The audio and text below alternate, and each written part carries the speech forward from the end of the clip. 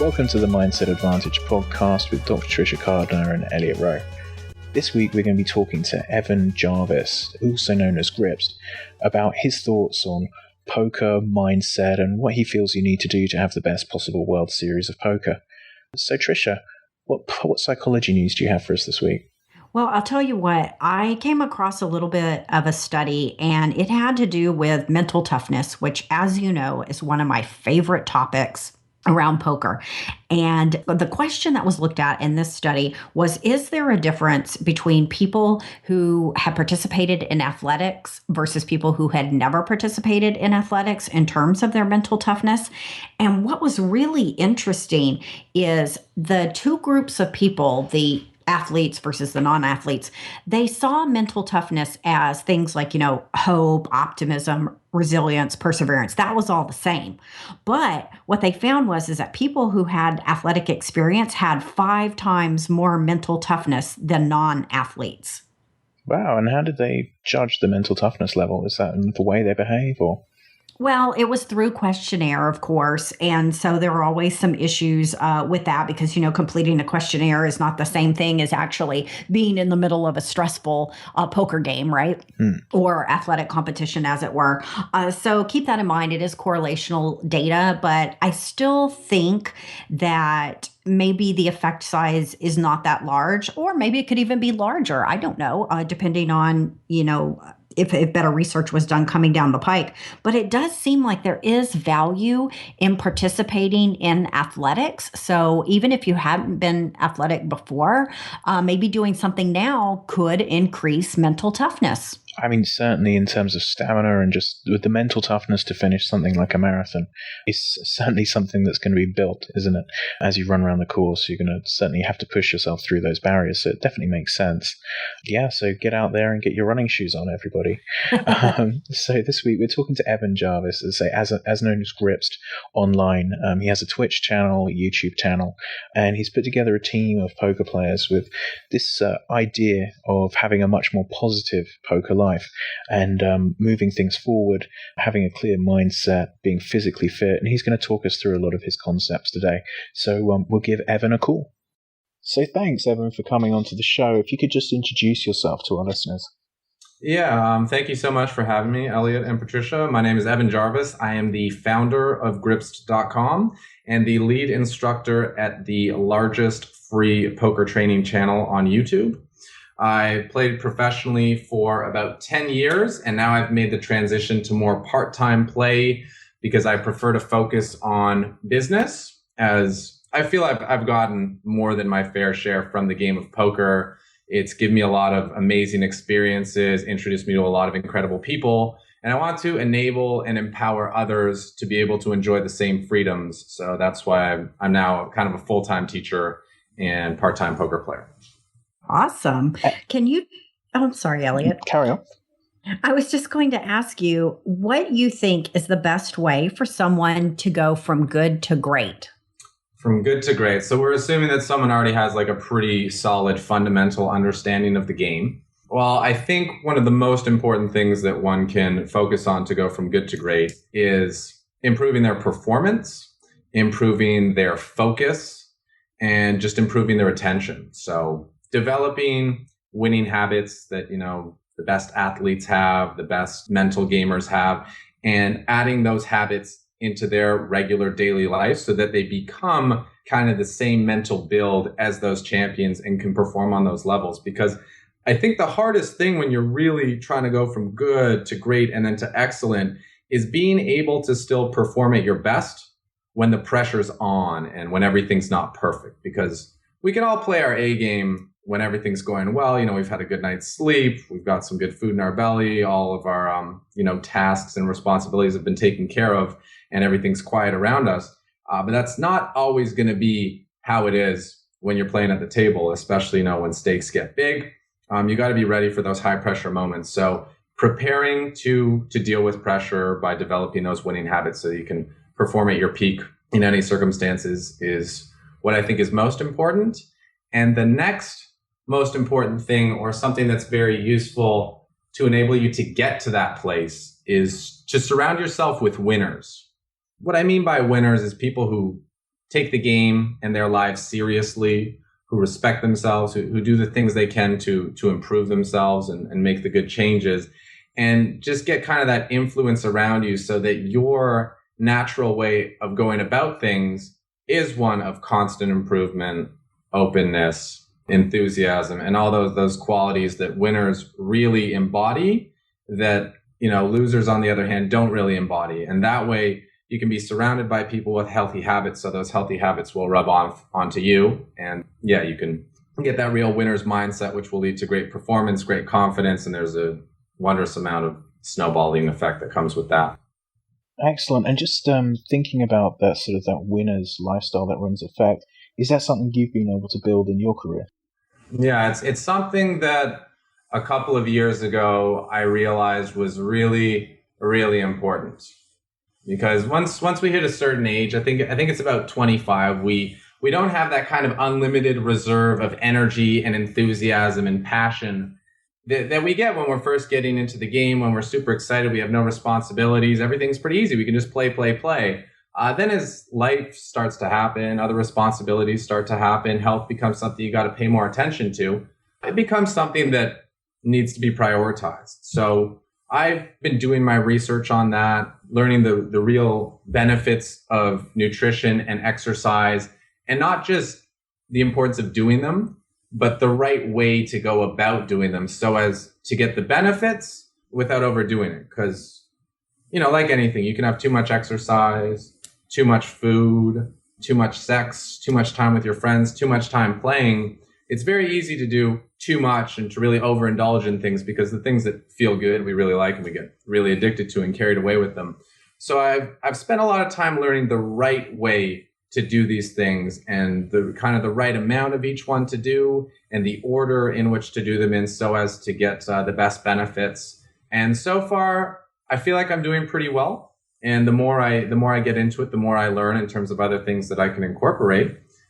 And it's going pretty well. My results have improved since I got into that.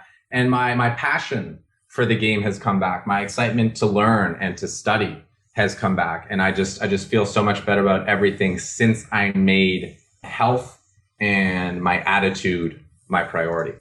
Let me follow this up by asking you, because as this episode airs, we're going to be right in the thick of the World Series of Poker. How do you prepare for something like the World Series of Poker using all these techniques? So for me, the first thing I do is I choose the event that is the most important for me. And I kind of make all my actions based around my performance in that event. I actually have a sheet of paper downstairs that I wrote out about probably 8 weeks ago. It said, okay, Evan, it's 10 weeks till the World Series of Poker and 14 weeks till the main event. Every decision you take from here on in is made with the interest of you having the best chance of making the final table of the WSOP main event, because that's the tournament I care about the most. Ever since I found out about it, I've loved that tournament. And in 2012, I just started thinking, World Series main event, World Series main event, World Series main event. So I focus on it. Obviously, I think about it a lot. I try to visualize what it would be like. I visualize, being at the table, the different opponents, the different chip stacks. I like to rewatch a lot of the footage from old years past so that it can be a lot more real, so I can kind of simulate it. And that's something that I want to do every single day and have that, reminder, that sheet there every single day so that my priorities when I wake up in the morning are based around that. I get the reminder that this is what's important. So on that sheet, I had the list of books that I wanted to read between when I wrote it and before I went to Vegas. I had the list of videos that I wanted to watch. I had a list of the most important relationships to be maintaining during that time. And I also wrote out, like who to go to for nutrition advice, fitness advice, mental advice, study advice, theory advice, stuff like that. So I prioritized everything so that the actions I would be taking each day were kind of my highest value activities when it came to performance in the event, when it came around. Another thing that I have on that sheet is a listing of my fears and concerns of saying, if I go all in on the main event. And all my focus is on the main event. What other areas of my life are going to suffer because of this? Relationships won't get as much time as they deserve. Maybe other work activities won't get as much time as they deserve. Maybe some of the important things will get ignored a little bit. And I'm like, am I okay with that for this 10-week period? Because that's something to be very important to be aware of. Another thing that came up there was, maybe I'm a little concerned that I'm going to put it all in and I'm still not going to get the results that I wanted. But by writing that down, I'm like, okay, that's a concern. I'm okay with that. And then that's something I can work with. So that's like my daily reminder that I meditate on every day, every morning. And then in terms of the actual preparation, so I mentioned there were a few books that I read to fine tune my strategy. There have been some videos I've been watching to improve my tournament game. I want to give some credit to Alex Fitzgerald, who is by far the best tournament poker teacher that I found in the last 10 years. His work is absolutely incredible. And I do a lot of exercising, but not too much. I do a lot of cardio training, but because to me, these World Series events are much like a marathon. So whoever has the stamina to get through the day and play their A game when it's 8 hours into the session, 10 hours into the session, is going to be the person who has the best chance to really succeed in the tournament, because that's when you need to be playing your best, is that crunch time at the end where everyone else is fading. You want to be the person who's sharp. So cardio training is very important. And cardio training is also very beneficial because it gets you used to performing and still functioning when your heart rate is very high. So that way, when you're playing a session, if someone puts you in an uncomfortable spot and your heart rate just starts pounding, well, instead of your brain shutting down and you just acting, with the reptilian or animal or instinctual brain, whatever you want to call it, you can still think a little bit logically because your body's used to being in that elevated heart rate zone, as opposed to being like, whoa, I've never been here before. This is really uncomfortable. I don't know what to do. I'm going to do something silly. So we got the training for that. I do lots of yoga to stay centered, to stay grounded, to stay calm.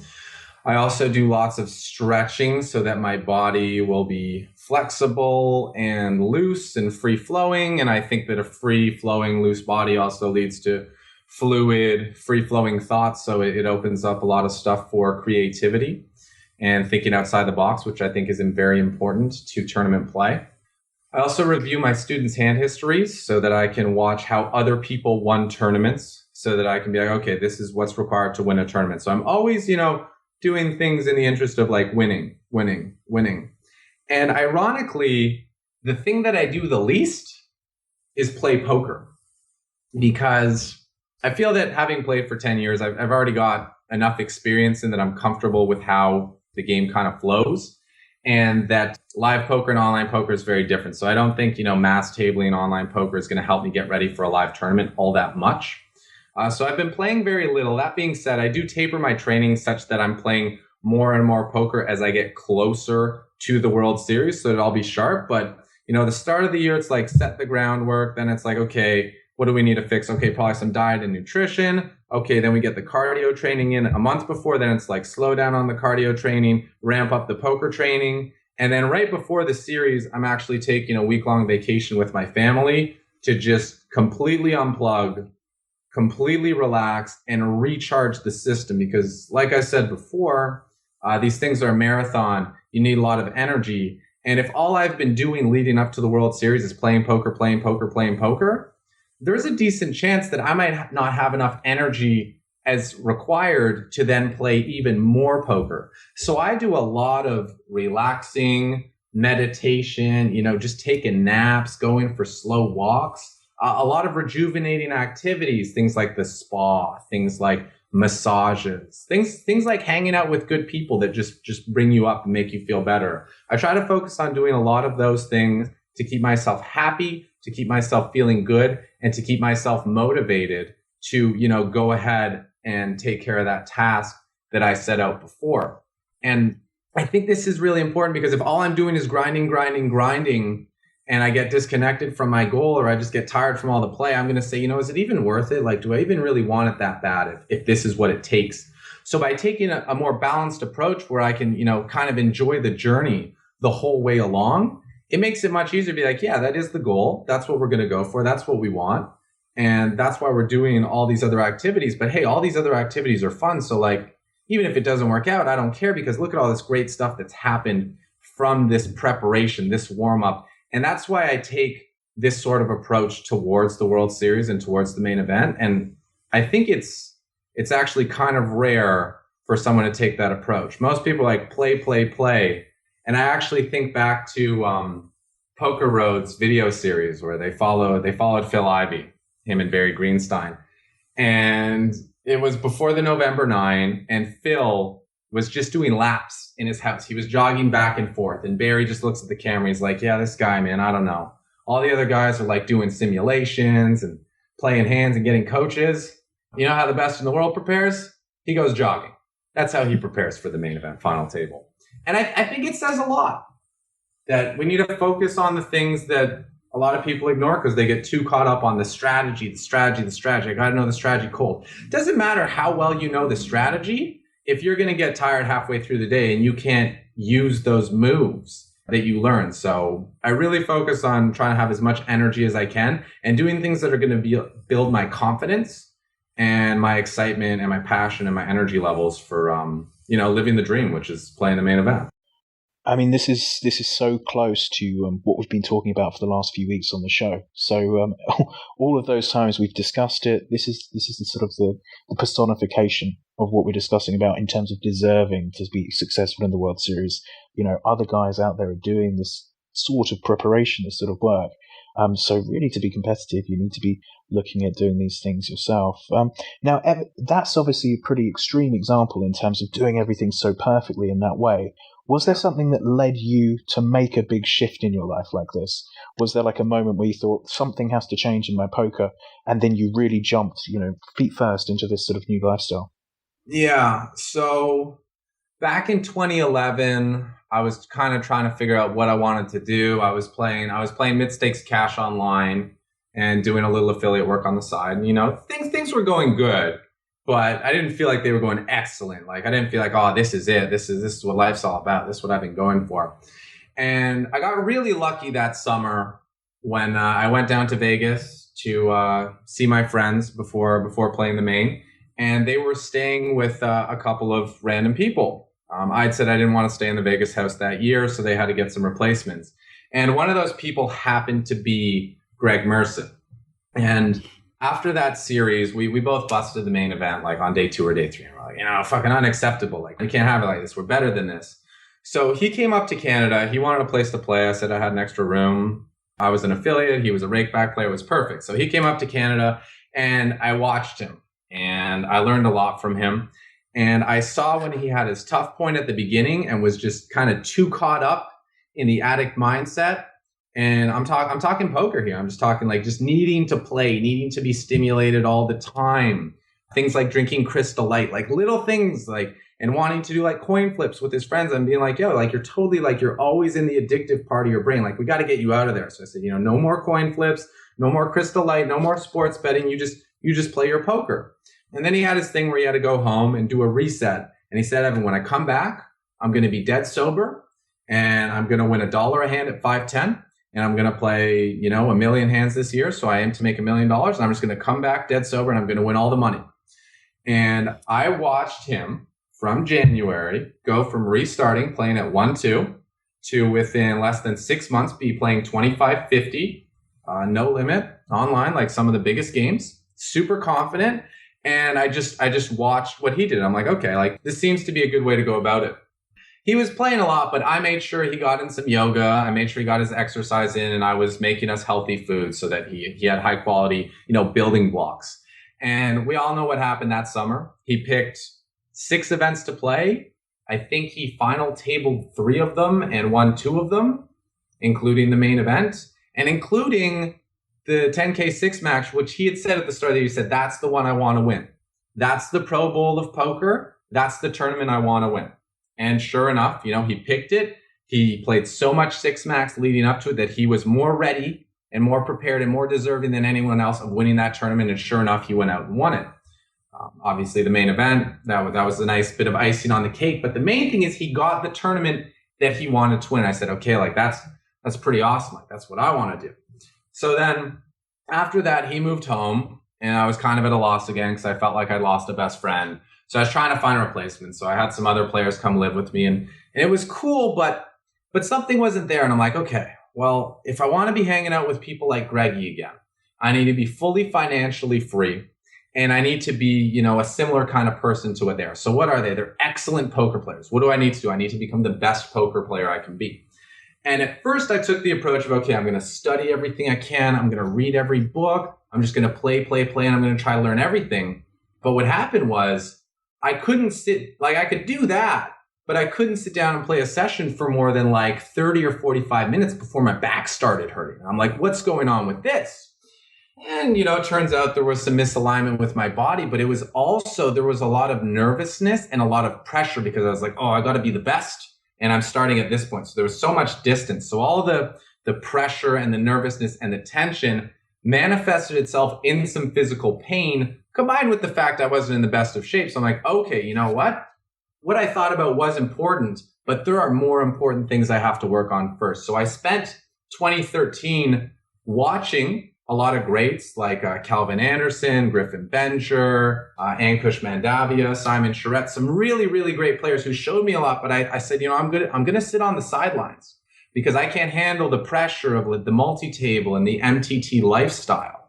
Because I saw, how many hours it took. I said, I got to be getting in shape, got to be eating good, I got to be relaxing so I can deal with these pressures. So I kind of learned by osmosis, watched by a distance. And I picked up a lot. And then after that summer, I said, okay, now I'm going to start playing more, but still focusing on the physical stuff. And I played a ton. And then by the end of 2014, I said, okay, I think I've played enough. Now I can focus on kind of sharing what I've learned with other people so that, again, I can build a great team. Because if I'm a great player and I'm thinking like a great player and I'm helping bring up other people and doing good things, good people are going to be attracted to me. And therefore, I will end up in the company of A, the people I want to be around, and B, the people that I need to be around who can bring me to the level that I really, really want to be at. Because I don't want to just be someone who knows how to play the game well. I want to be someone who can execute and fire on all cylinders at any time. So it was a steady process of prioritizing, learning, and then actually doing what I learned. And then repeating. And now I'm finally at a point where I feel like I have most of my ducks in order to the point that I deserve to be able to make that final table. But I also feel like, next year is going to be even better because we have a personal trainer, mindset master living at the house. We have a nutritionist at the house. So after spending 6 weeks with them, I'm going to have all these additional dimensions to add to my game that I have another 10 months to work on before the next World Series. So it's just a process of, every year, every week, every month, getting a little bit better. Stepping back, reflecting what needs to stay, what needs to go, what do we need to add in? Okay, this is the new routine. This is what I'm going to do for the next 30 days. And then reflect and review. This year was the first year I actually started journaling and writing down a summary of what happened every day so that I could look back and be like, oh, okay, that was good. That's why I felt this way, this and that. And I took my reflection to another level. I would also say the biggest change I had was in 2013, after that kind of first year of living in a little bit of craziness. I got to Vegas. I was staying with Griffin. I'm like, this is too much. I can't handle this. And I sought out a meditation teacher in California. And I went and I spent 3 days with him. I said, I'm going to skip some events. I'll stay 3 days with him, learn how to meditate properly. And then I brought that back to Vegas and made that a daily practice. And once that was in place, daily meditation in the morning and the evening, suddenly everything else became so much easier because it was so clear what was important to do each day, because I actually took the time to dial in and feel what was going on the inside, rather than just jumping out of the bed, turning on the computer and being connected to other people's reality with them kind of throwing at me what I should be doing for the rest of my day and basically just running around trying to take care of other people's needs all day, or, things that, my mind or my ego wants, but deep down aren't really what my soul or my body needs.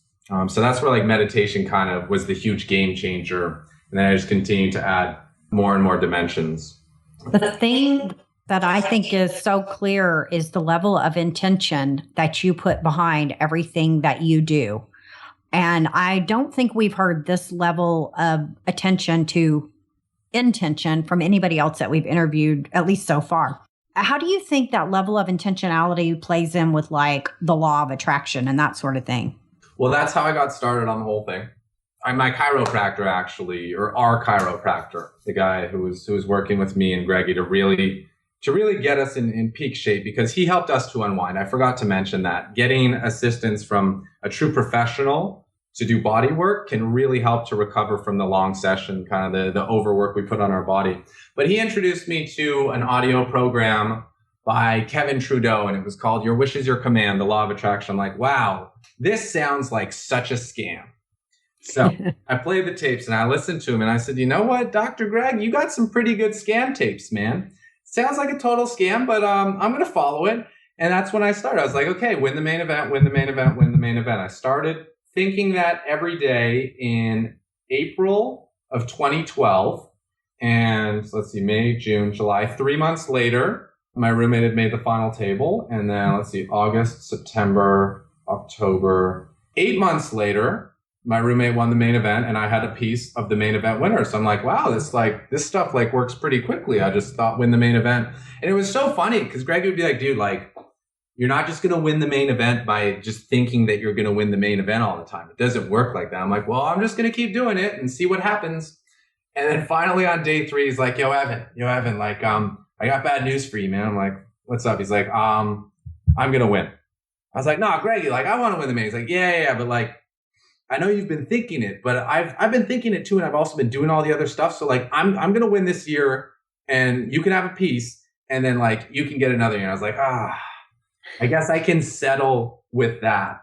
And then since that, I've looked into other audio programs. Like Tony Robbins has some fantastic stuff. And then I started finding other people who were teaching the message. I found some people on YouTube, like Eric Thomas, amazing motivator. Then I was lucky enough to find Elliot Hulse, who was going down kind of the spiritual path. And I found all these people who were kind of incorporating the secret into their attitude, had so many other like great insights to share. So like the program said, if you think about something all the time, you're going to find yourself around people who think a similar thing. And although I thought, win the main event, win the main event, win the main event, what I was really thinking was success, success, success. And then shortly thereafter, I found myself in the company of people who also thought success, success, success. And then, well, we know what happens from there. Then everyone helps build each other up. Suddenly you're around the people you want to be around instead of the people you're like, how do I find myself around these people all the time? And it just kept getting better and better from there. So I think the law of attraction is a real thing. I think, if you put something in the forefront of your mind, what's going to happen is, your reticular activation system is going to look for things that are going to help you get that outcome that you're looking for. So, like if you're thinking about trying to win a tournament, suddenly when you meet someone who's good at tournaments, you might be like, hey, I should probably spend some time with this person instead of maybe brushing them off as you would previously when your focus was, I just want to go to the bar and pick up chicks and I don't care about how I'm doing in like my poker career. Because in that case, you'd want to go hang out with the people who are good, like with the pickup and with the social stuff. So as soon as you kind of set, like mind, this is what's important. It's going to be like, okay, I get it. And I'm going to help try to make this thing happen. Yeah, I mean, it's just an amazing story, isn't it? Seeing how things have progressed over those few years and just how much change you've managed to make. Now, you're also running a Team Gripst. If you could talk to us about sort of your beliefs behind that and the strategies, how you're trying to help poker players. Yeah, so Team Gripst is my team. Gripst was originally just a website that was, it was an affiliate site. At first, we were going to sign people up to play poker. And I said, I don't want to just like sell people the same crap that everyone's selling. So I'm going to add some value. I'm like, okay, I'm going to teach them. So my first videos were all about giving them the strategy and the tools that they needed to be able to be successful. And, in my young career, I thought the only thing that was important was the strategy. So there was a lot of theory, a lot of beginner stuff that would teach them, the skills to be competitive. But the more I got to be around great players and see, despite their greatness, where their hindrances were, where their obstacles were that maybe they weren't dealing with, but were clearly there and were clearly holding them back. I'm like, this is something that would be important. That's something that would be important. And then my teaching kind of transformed from being purely strategic in terms of, poker stuff to really being about mental game, peak performance, keeping your happiness up, keeping motivation up so that they'll be excited to work on their game, excited to get those results. And what it's become is a huge support system.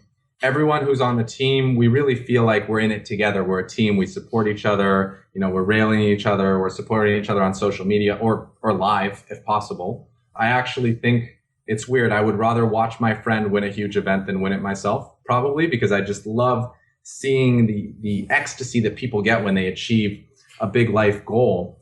And from seeing the pitfalls firsthand, from being a professional for 10 years and being around all these people who were pros for 10 plus years and seeing the problems that arise, I'm like, okay, I can share information that is going to enable the next generation to not fall into these same traps, to avoid these scenarios. So I can hopefully teach them the lessons from me so that they don't have to learn them firsthand. At the end of the day, a lot of people will just have to get that firsthand experience because that's just what's required for us to really get the lesson. But I want to give them, the greatest shortcuts possible. And I just think, what is the resource that I wish would have existed when I found out about, No Limit Texas Hold'em 10 years ago? And that's what I'm always trying to build with Gripst. And every time I find out something else that's new or that could be beneficial, I just throw it in there because at this point, I can teach anything that I believe in or that I think has benefits since, I'm kind of the captain of the team. And that's what I do. I'm out there researching, trying to find things that will help them and then just passing it on in an easy to understand, easy to digest tidbit of information. So can you share with our listeners where they can find out more about you and your products and services and ideas? Oh, yeah, definitely. You can find out everything about me and watch my videos or get my books or my training programs at gripsed.com. That's gripsed.com. If you're exclusively interested in the videos, you can find me at youtube.com/gripsed. And I also do some live streaming at twitch.tv/gripsed. The other thing is for anyone who's listening to this who's actually in Vegas for the World Series of Poker, you can also find me just outside the Amazon room at the Team Gripsed official booth. Excellent. I mean, thank you so much for coming on. As I say, it's like your personification of what we've been describing for the last 10 weeks on the show. So really great to hear someone just describe it in such perfect detail and really living this sort of lifestyle and then spreading it to the industry. We really appreciate that. Yeah, it's been a real pleasure. I appreciate you guys having me on, and I just hope that we'll get some of these stories out there on all the different outlets this summer, so everyone can see firsthand what it really looks like. And my biggest hope is that come November, the entire ESPN audience can be like, "Oh, that's how you gotta do it too." And you heard it here first, so everyone, you know what to do now. That's right. We've given you the step-by-step recipe. And then after that, all you guys got to do is just take what you learned, go out there and get stacking. Perfect. Okay, man. Well, as I say, thank you so much for coming on the show. And we'll definitely see you in Las Vegas. So that was great to hear from Evan. He covered a lot of the things that we talk about quite frequently, didn't he, Tricia? He sure did. And you know what I found the most compelling was how he talked about developing winning habits. Yeah, I mean, and you could certainly hear that in the way that he's designed his training for the World Series of Poker. Everything was about the habit, about these good things being done every day, trying to be better than you were the day before. And that's really important. I mean, he truly is treating poker as if it is a professional sport rather than treating it as a recreational activity. You know, what was so interesting too is that he's designed his whole life around it. It's not just something that he does some of the time. It's these things that he does day in and day out. Yeah, and I think it's quite interesting because although he's designed his life around poker, he's designed his life with balance. So he's actually got a really balanced life, although poker is sort of the key part of it. Yeah, and I'll tell you what, his talking about setting the intention for what you want and how that just sets it up in your mind and, helps you maybe see opportunities or things that you wouldn't have otherwise noticed. I found that to be really spot on. Yeah, I mean, there's a lot of people talk about the positive mentality from that way. Obviously, we're not saying it will be guaranteed that you'll have that success, you'll get exactly what you want if you think about it, but your chances of reaching it, if you're open to moving towards what you really want in life and accepting any of those opportunities, it's far more likely you're going to reach your goals. One time I wrote an article about this, and I talked about, the law of attraction. And basically what I said is, it's not really the law of attraction, it's the law of action. So you basically set the intention, but then it's all the things you're going to do to make that happen. Because he can think like, I'm going to win the main event, I'm going to win the main event. But if he didn't do all those other things, the exercise, the study, all that, it wouldn't happen. Yeah, it just makes it real enough to be worthwhile doing all of the work. But certainly, really interesting talking to him today and hearing how people are preparing. And again, as we've said before, if you are coming out to the World Series, really think about what some of the other guys are doing and question whether you're putting in the same amount of effort. It really is worth working hard, especially if you're going to be putting that $10,000 in for the main event buy-in. Absolutely. Excellent. Well, thank you all for listening this week, and we look forward to talking to you soon. Thanks, guys.